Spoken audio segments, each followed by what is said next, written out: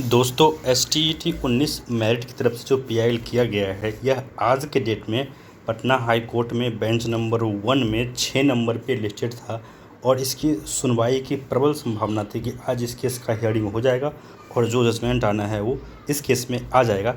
लेकिन बहुत ही दुख के साथ ये आप लोग को बताते हुए मुझे खुद बहुत निराशा हो रही है कि इस केस की सुनवाई आज नहीं हुई है। और उससे भी कहीं ज़्यादा निराशाजनक ये है कि सुनवाई न होने का कारण ये है कि मेरिट की तरफ से कोई भी रिप्रेजेंटेशन वहाँ पे नहीं दिया गया।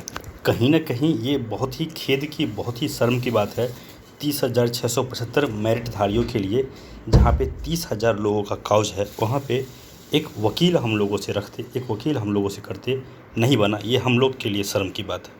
आज अगर रिप्रेजेंटेशन होता तो हो सकता है कि इस केस की सुनवाई हो जाती, यह मामला आज ही ख़त्म हो जाता। लेकिन अब इस केस में जो न्यू डेट मिला है वो मिला है 1 अप्रैल का डेट दिया गया है और 1 अप्रैल को देखना है कि क्या कोई रिप्रेजेंटेशन होता है या नहीं होता है।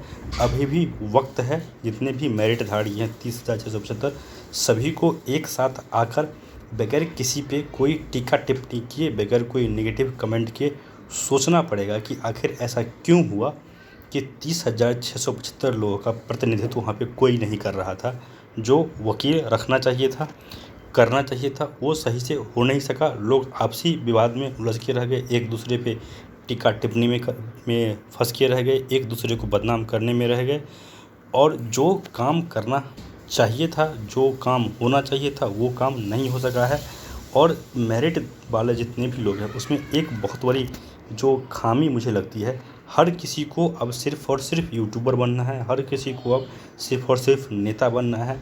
लोग करना ज़मीनी स्तर पे कुछ नहीं चाहते हैं, लेकिन अपना नाम बस आगे करना चाहते हैं कि हमने ये कर दिया, तो देखो हमने पहले एक अपडेट ला के दे दिया, हमने ये कर दिया, हमने वो कर दिया। जो लोग आगे आगे आते हैं और चिल्लाते हैं कि हमने ये कर दिया, हमने वो कर दिया, फालतू की बकवास करते हैं, उन लोगों को भी सोचना चाहिए कि आपने जो भी किया, आपने मेरिट के लिए क्या किया।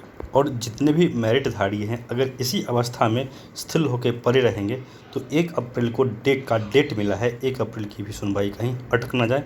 इसलिए ज़रूरी है कि सभी लोग संगठित होइए, इस पे विचार कीजिए कि इस केस को किस तरह से आगे बढ़ाया जाए ताकि इसकी सुनवाई जल्द से जल्द कराई जाए।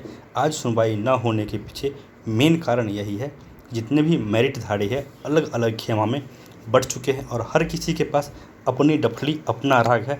कहीं से कोई समन्वय नहीं है, कहीं से कोई एकजुटता नहीं है।